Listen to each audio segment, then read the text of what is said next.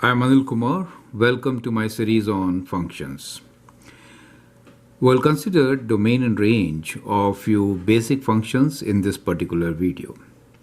After learning about transformations and other functions, we'll again visit this chapter. Let us look into the type of questions which I have taken. First one, we need to write domain and range from the given mapping diagram. Anytime you can actually pause the video, answer, and then later look into my suggestions. The next question is to write domain and range when we are given the function, or I should say relation, in the form of a set. And then we'll do the same from the graph, right? So you should know how to read domain and range from the graph. Here we have 4 examples. These are the third and fourth example. And then we will see how to find domain and range of relations when the equation is given to us. We'll take piecewise function also as one of our example. Understand how to find domain and range from a piecewise function. So with that, we will have the basic concept about domain and range. And then there will be a test for you in which I have taken few multiple choice questions like the ones given here. We have considered absolute functions, reciprocal functions, quadratic functions, and square root functions in this particular video.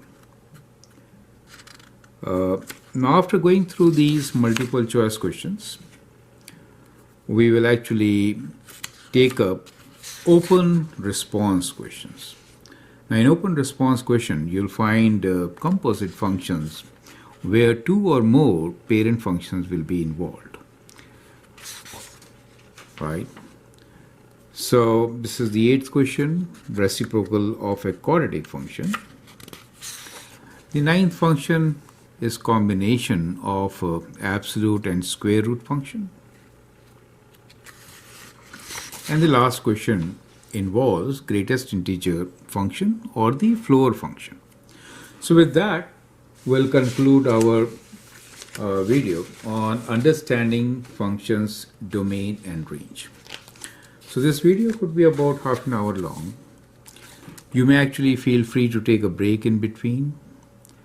Now, let's begin with understanding of how to write domain and range for functions, or I should say relations, as many of them you will find are not really functions, right? So let's begin. Now let's understand how to find domain and range when a mapping diagram is given.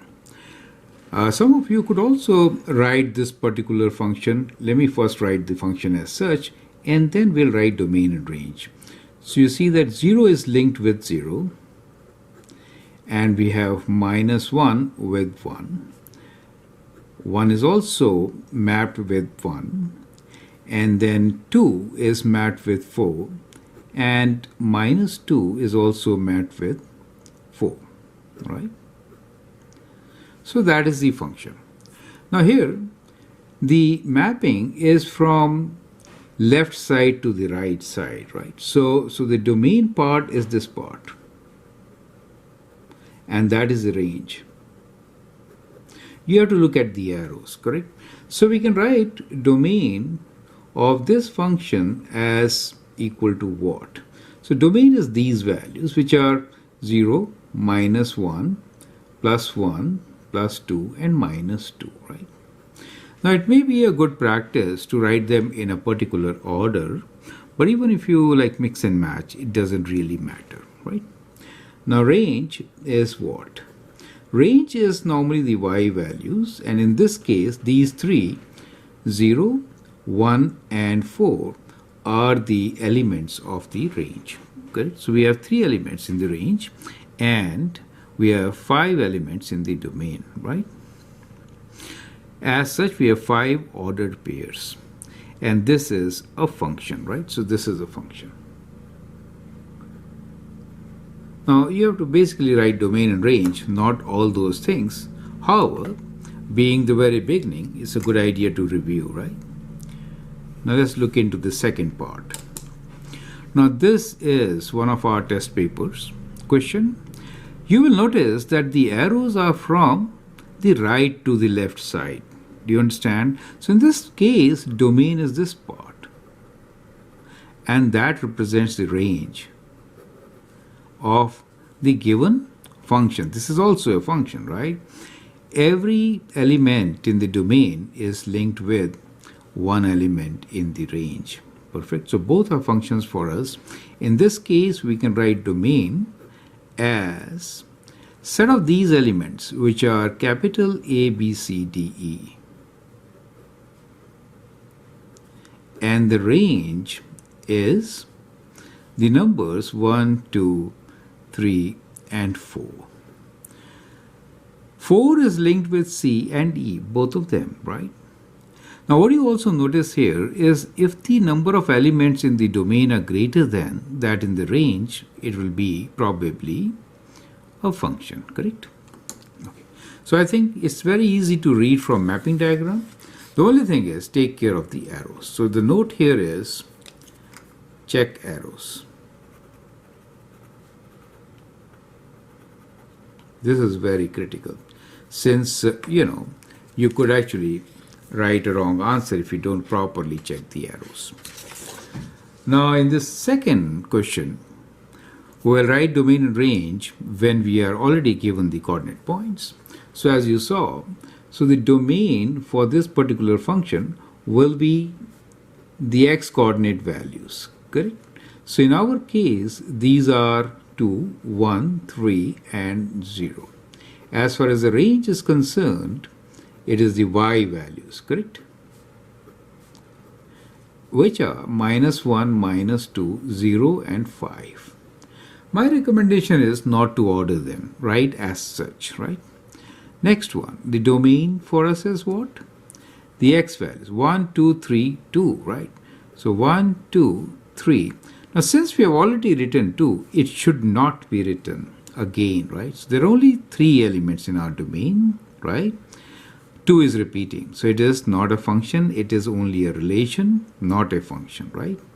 As far as the range is concerned, the range is -1, -2, 1, and 0. -1, -2, 1, and 0, right? Note this is not a function.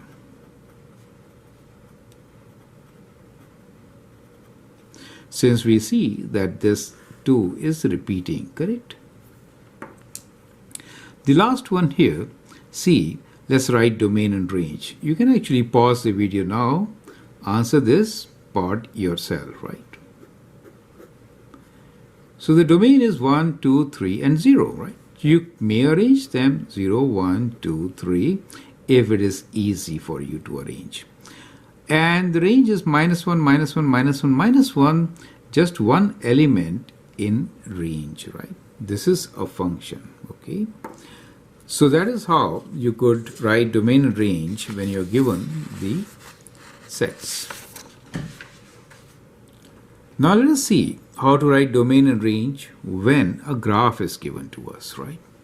So in this particular graph, we will assume that each is one unit, even if it is not written, okay?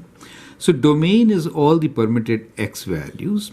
Here we have a continuous function, so we can say x belongs to real numbers so that there is no other condition. See, x is continuous. So we could just write x belong to real number as our domain, right? So that becomes the domain. Let me write d of x here.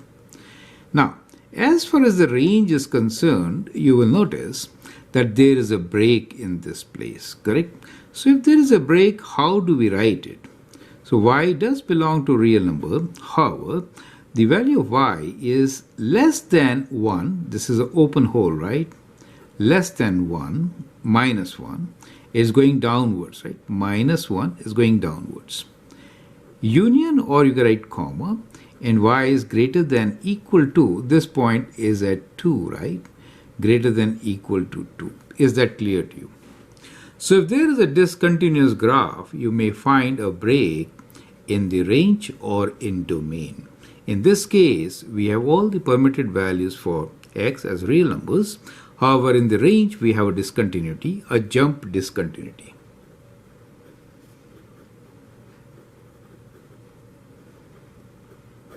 Okay. Now here we have set of points, a scatter plot. So in this case, how will you write the domain? Well, read the x values. So from here, this is -1, -2. Let's write -2, -3. This is -4. So it's a good idea to identify the coordinates 1, 2, and 3. So we get domain as -4, -2. Then this point is at 1. It is not a function since we have a vertical line test failure here, and 3, correct? Now as far as the range is concerned, the range is, this value is -2, then we have -1. So we have -2, -1. This is at 1, and then we have 2, 3. So at 3, correct? Those two values are at 3. So you should not be repeating the numbers in the domain and range. That means the element should not be repeated. Clear?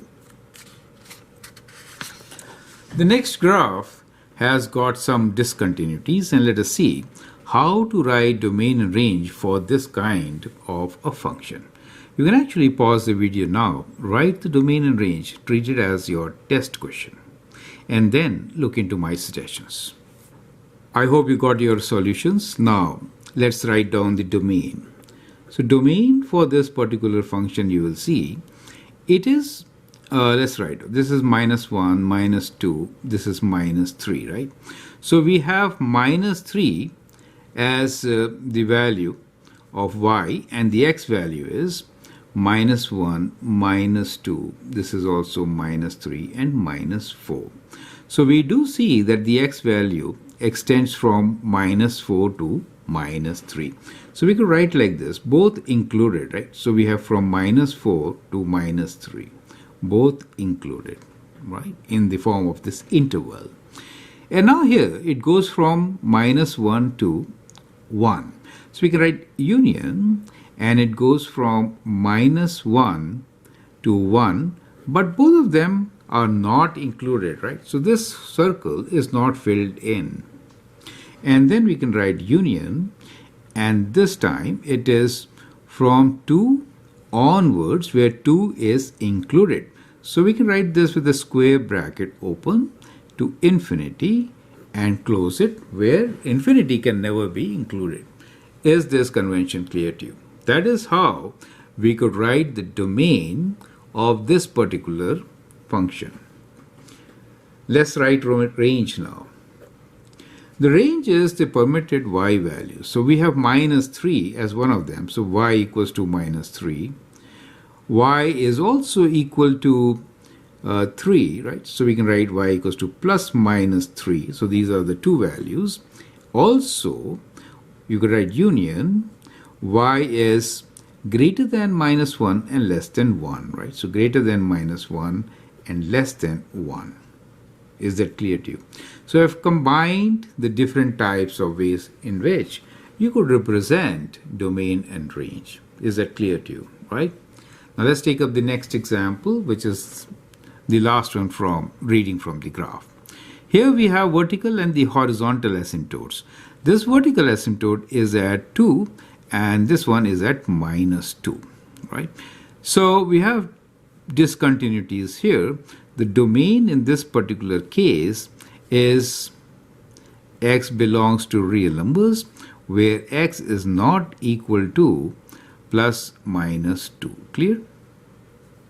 As far as the range is concerned, you notice that y value is greater than 0. Y equals to 0 is a horizontal asymptote, right?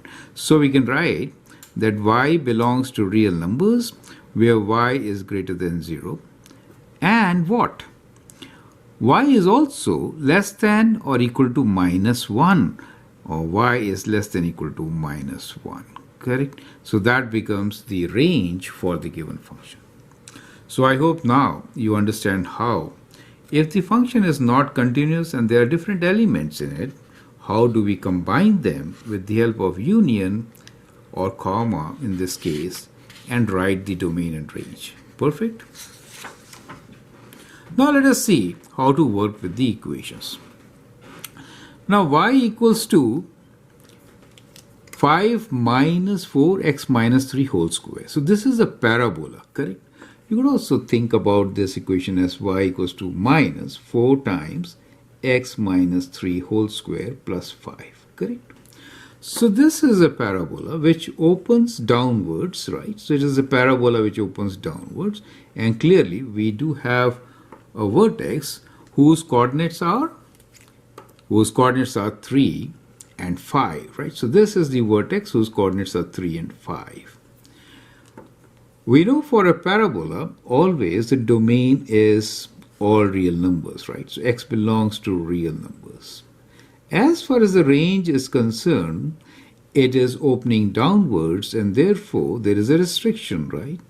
So restriction here is that y is less than equal to the maximum value of 5. Is that clear to you? Perfect.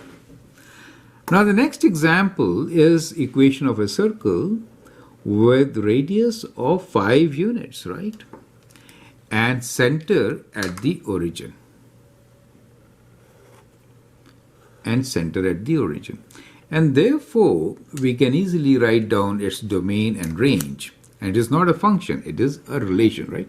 So I'm writing here not a function. Right? So domain in this case is equal to what? So here we can write this as, we can write in this form also, right? So I'm mixing up different ways of writing from minus 5 to plus 5. Is that okay? And the range also is from, y value is from minus 5 to plus 5, right? Now if I write like this, it is assumed that we are saying x is all real numbers. Is that okay? That is by default. Now the last question for the equation is 2x plus 3y equals to 6, where x is from 12 to 30. Now, if I rearrange this equation of line, what do I get? I get this as 3y equals to minus 2x plus 6, or y is equals to minus 2 over 3x plus 6 divided by 3, or we get y equals to minus 2 over 3x plus 2. So that is my equation of the line. Slope is negative, that means this particular line is kind of going downwards. Now, we are given that x value is from 12 to 30. So it is going downwards, but we are only restricted to this interval of x, which is from 12 to 30. So I can always write domain of this function as what? I can write this domain as these two values from 12 to 30. You understand? So when I write 12 to 30, it does not mean a coordinate point. It means domain, right? 12 to 30. X is greater than 12, less than 30. Now, since it is a straight line, it's a good idea to find the y values for 12 and y value for 30.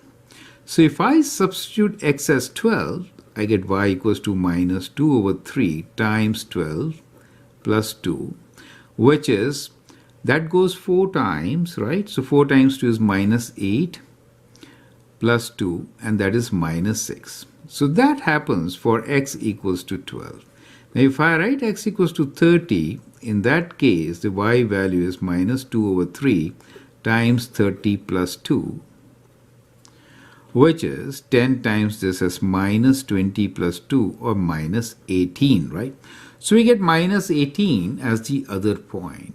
So think about these 2 points as circles, open circles, correct? So this one here is at 30 minus 18,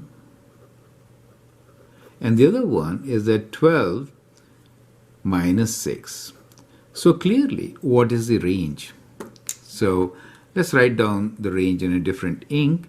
So range will be from, both points are not included, right? So from minus 18 to minus 6. Is that clear to you? So that becomes our domain and range for the line. correct? So I hope you have understood all these concepts. Now it is time to understand a piecewise function. So here is your piecewise function. I like you to sketch the graph first and then write down its domain and range. We need to write domain range of the function, which is absolute value of x over x when x is less than 0 and 2x plus 1 when x is greater than 0, right? So we'll sketch a rough graph here. So there are two pieces on this function, right? So we are saying that f of x is equal to absolute value of x over x when x is less than 0, right? So on this side. So when x is less than 0, in that case, absolute value of x is like minus x, right? So we have minus x over x, which is minus 1 for x less than 0.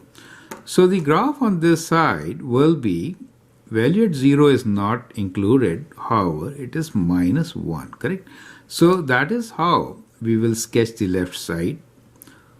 Now the right side of the graph is basically a straight line, right? So we are saying f of x is equal to 2x plus 1 when x is greater than 0, right? So at 0, the value will be 1, right? So we have the value at plus 1 at 0, and then slope is 2. It will be a line rising upwards. So that is the kind of graph, more or less, which we could sketch, correct? Now it is simpler for us to write domain and range. So the domain of this particular function is x belongs to real numbers, where you will notice that x is not equal to 0, right? So where x is not equal to 0. You can see clearly that equal to sign is not there, right? So either less than or greater than 0. As far as the range is concerned, we can write range as y belongs to real numbers, where y equals to minus 1 or y is greater than 1, right? So that is how you can write domain and range of this piecewise function. Perfect. Now let's take the test questions one by one. Question number 1. These are all multiple choice questions. At the end, we'll have 4 open response questions. Domain of f of x equals to x minus 1 over x plus 1. F of x equals to x minus 1 over x plus 1 is what? So the denominator cannot be 0, right? So we have x plus 1 should not be equal to 0. That means x is not equal to minus 1, right? So x not equal to minus 1 is option C. Now we are saying, what is the domain of this function? 1 minus square root of 2 minus x. So this part we have to look into. 2 minus x should always be greater than equal to 0, correct? So that really means that 2 is greater than equal to x, or you can say x is less than equal to 2. So within this, it is less than equal to 2 means what? Left side, right? So from minus infinity to 2 is what we are looking for, but minus infinity can never be included.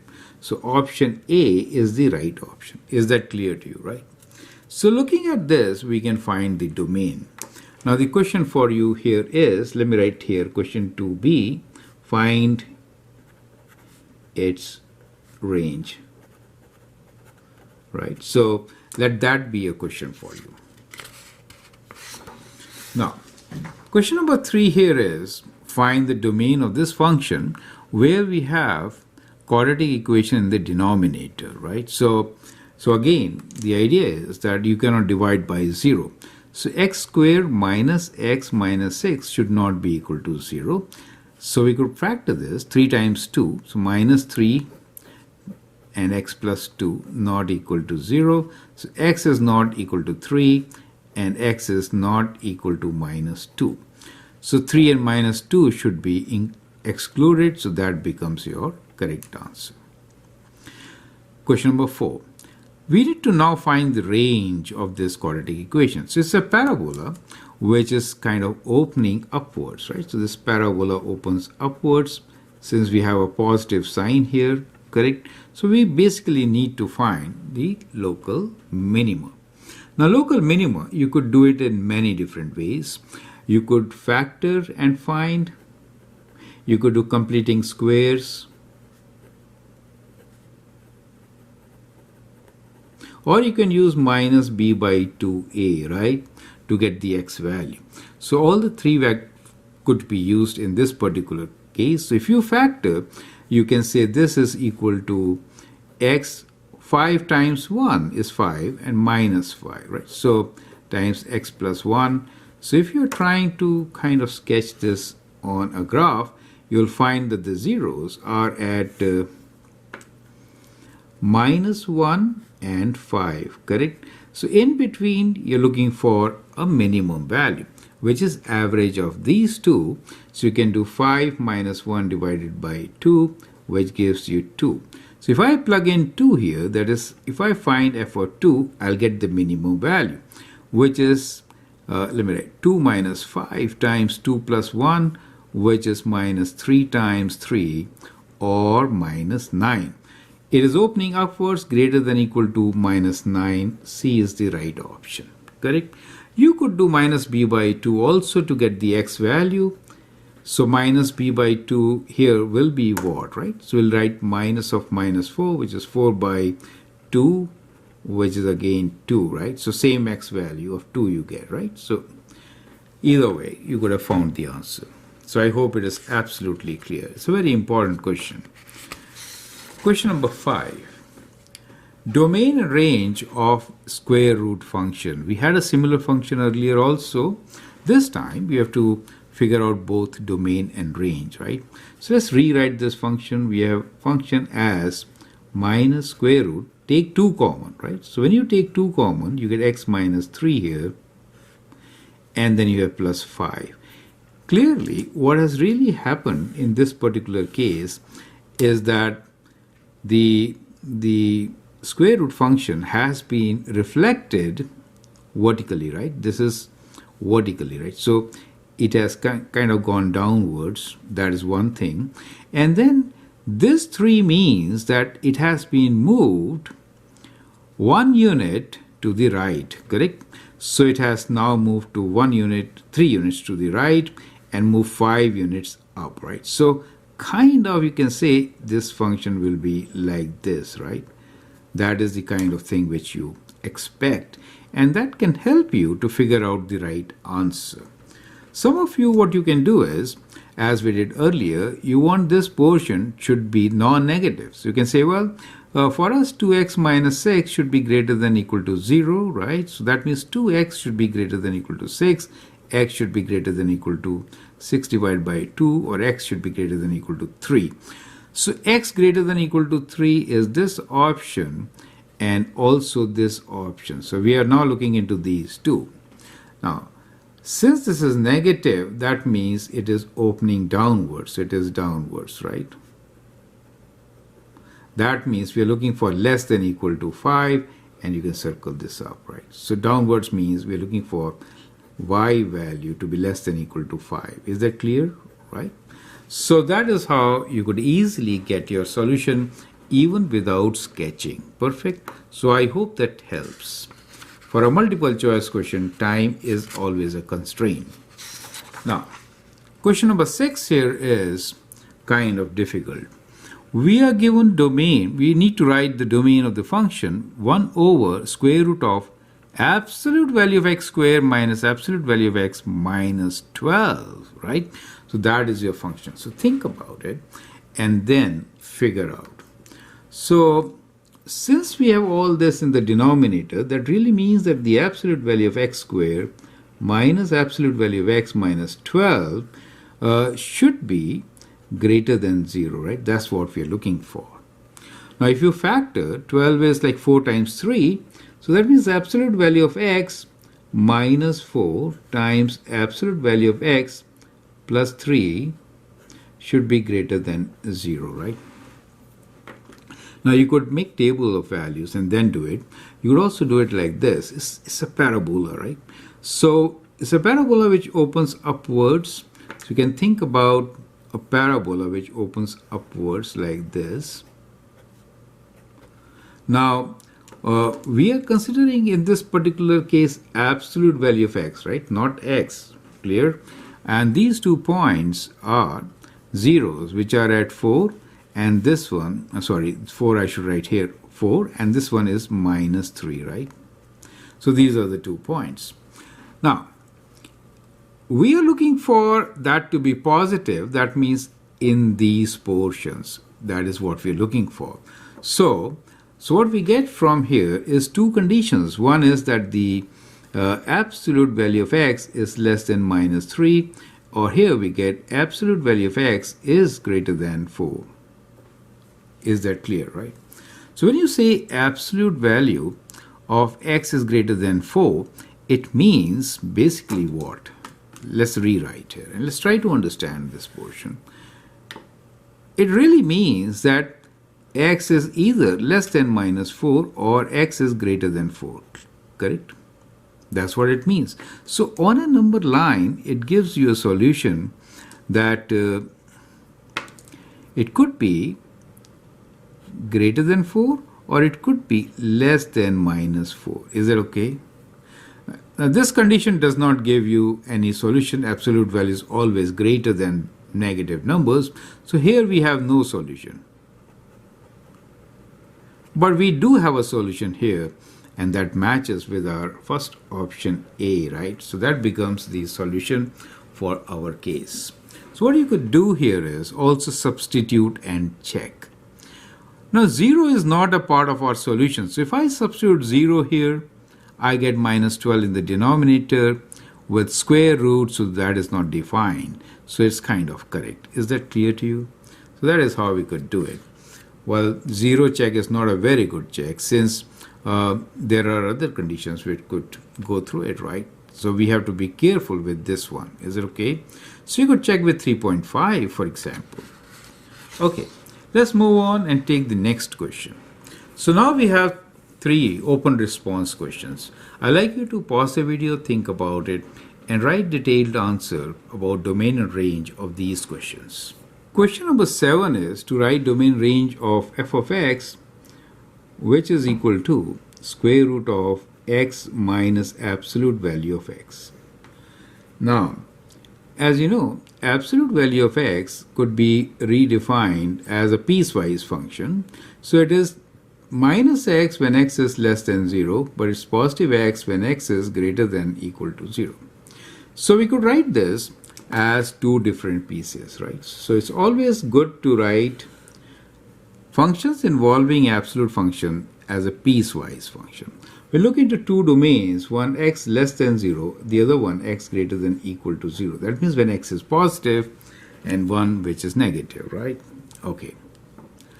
Now, if I write x less than 0, then I get the function f of x as equal to square root of x minus, this absolute function becomes minus x, correct? So I could write this as square root of 2x. Now since x is negative, this becomes not real, correct? So on this side there is no solution. On this side we could write the function f of x as equal to x, and absolute value is x itself. So what we get here is square root of 0, which means we get 0. Is that clear to you? Now from here we can clearly write domain and range, right? So the domain for the function is basically x is greater than equal to 0, right? Because if I put 0, it works, correct? So here we have x belongs to real numbers where x is greater than equal to 0. How about range? Can you write the range now? Well, the range, we have only 0 in the range. Do you see that? So one value, 0. So it is 0 on the range part. So if you sketch it, you will get what? Let me just sketch it fast for you. Okay. So for all the values here on the right side, we get a straight line along the x-axis, right? Including the origin, which is 0. Perfect. So that is how you could sketch this particular function. So it's a very important function to sketch and understand. Question 8. Find domain and range of 1 over x square minus 4, right? So this question can be done easily by sketching, right? So when we have 1 over x square minus 4, x square minus 4 is like a parabola, correct? Which has shifted 4 units down, correct? So that is our function, which is x square minus 4, right? Now when we do reciprocal of this, that is to say, we have to sketch the function 1 over x square minus 4. These two zeros are at plus minus 2, correct? Right. Now, reciprocal means, like, what is this value? If I put x equals to 0, I get minus 4 here. So if I sketch the reciprocal, 1 over 0 is not defined, so I get a vertical asymptote at these points. Reciprocal of minus 4 is kind of 1 over minus 4, right? So we get a graph. Negative reciprocal is negative, something like this, correct? This point here is going to be minus 1 over 4, correct? Positive reciprocal is going to be positive, and it will be something like this, correct? So for domain and range, this is fair enough sketch. And now we can write down the domain and range. So as far as the domain of the function is concerned, we say x belongs to real numbers where x is not equal to plus minus 2. Clear? As far as the range is concerned, y belongs to real numbers. Now where y is less than equal to minus, this is important, right? Many times students will miss this part. Minus 1 over 4 union y is greater than 0. It is not equal to 0. It's a horizontal asymptote, y equals to 0. Is that clear to you, right? So that is how you're going to answer this question. Now in any open question, steps are involved and they fetch you better marks. So you need to explain your answers. Now here is another very interesting question where we have combination of absolute function, square root function and everything, right? I'd like you to pause the video and answer this question and then look into my suggestions. Question number 9. Find domain of the function f of x equals to square root of 2 minus absolute x divided by 4 minus absolute x. Now to find the domain of this function, basically 2 minus absolute x over 4 minus absolute x should be greater than equal to 0, correct? Now to figure this out, it is better to analyze the domain in different intervals. So let's analyze the zeros for the numerator, right? So the critical points which we say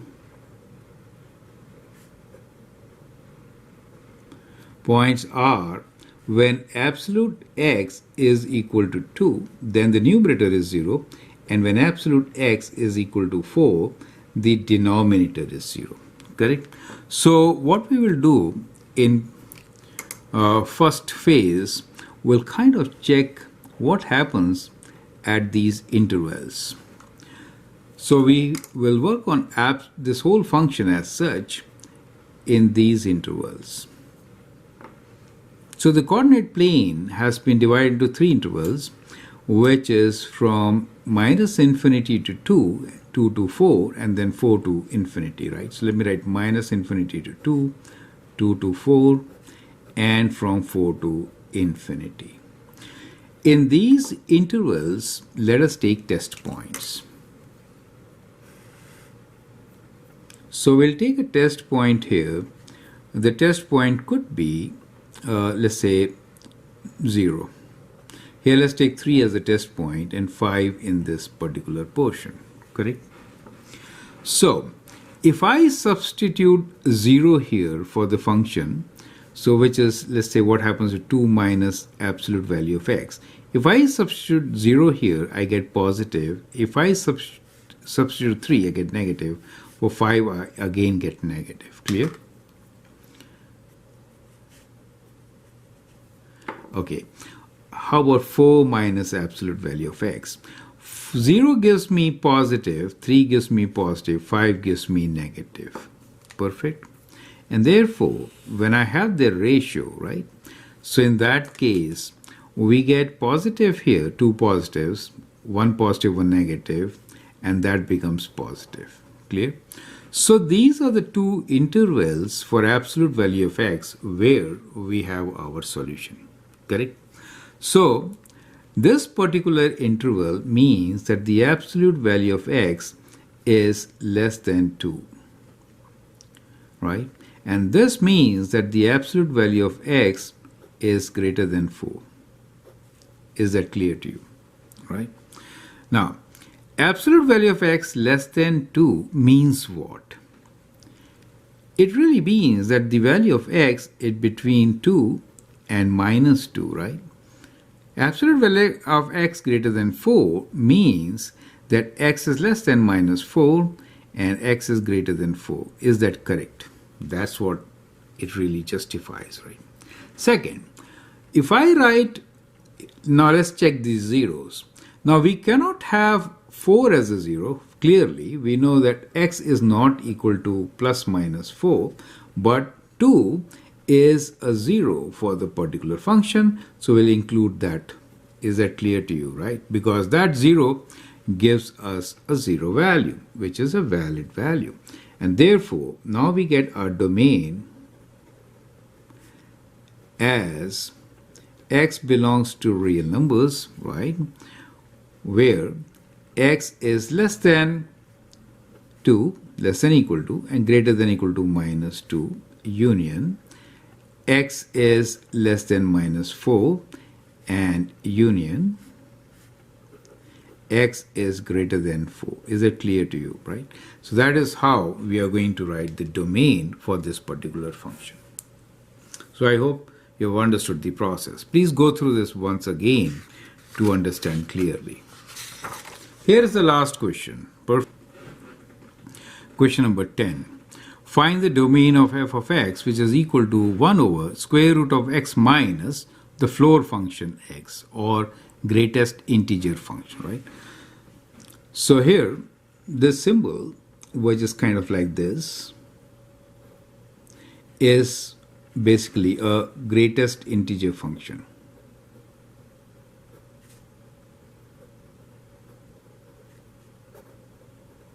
Also called floor function.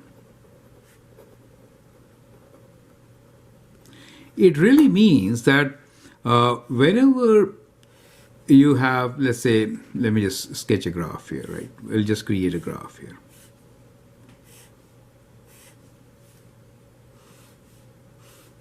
So we are making a rough sketch to understand the floor function, okay? Okay, so let's say this is our y-axis, and that is our x-axis. So the floor function basically is that if you have an integer value of 1, for example, then it is same as 1, right? But if you have 1.1, the integer is 1, so it just remains 1, up to 2. So it is kind of like this. Do you see that? So it is kind of like this. So at 2, it jumps to the value of 2. Correct? So that is how this function is. You see the point. This is your integer function or the floor function. So sometimes we also write this in square brackets. That is same thing. These are both are same, exactly same. You understand this. Now I hope you understand the function, and that is a sketch for the floor function. Now I will like you to answer this question and then look into my suggestions. Okay. Now let's try to answer. So basically what we need here is that x minus the floor function should be greater than 0. Since it is in the denominator, it cannot be 0. And within radical square root, it has to be non-negative, right? So that's what we need. Now, what really happens here, that this is for all the numbers, for integers, the floor function is basically equal to x, right? Because as you can see from here, or think like this. What is the value of 2.1? The value of 2.1 is actually 2. The value of 2 is also 2. The value of 1.9 is actually 1. So at 2, it is same as x value. X is 2. Do you see that? But for 2.1, 2.1 is the x value. Floor function value is 2. It is less. Correct? So what we notice here is that for integers, the floor function is same as x, right? So this is correct. X minus this is greater than 0 for all real numbers except integers. Is that clear to you, right? So that is the criteria. So you can now write the domain of the function. So what is the domain of this function? So the domain of this function is the set of real numbers minus the set of integers. You get the idea. So that becomes the domain of this function. So that is very interesting and useful to understand, and it is one of the best test questions on domain of the functions. So I hope with this you get all the concepts to begin with about domain and range. Later we'll have another video after learning the transformations, how to apply domain range for transform functions, and then we'll learn about domain range of exponential, trigonometric, logarithmic functions. I hope as far as the starting is concerned on this topic, this gives you a fairly good idea about domain and range. Feel free to write your comment, share your views, and if you like and subscribe to my videos, that'd be great. Thanks for your time and all the best.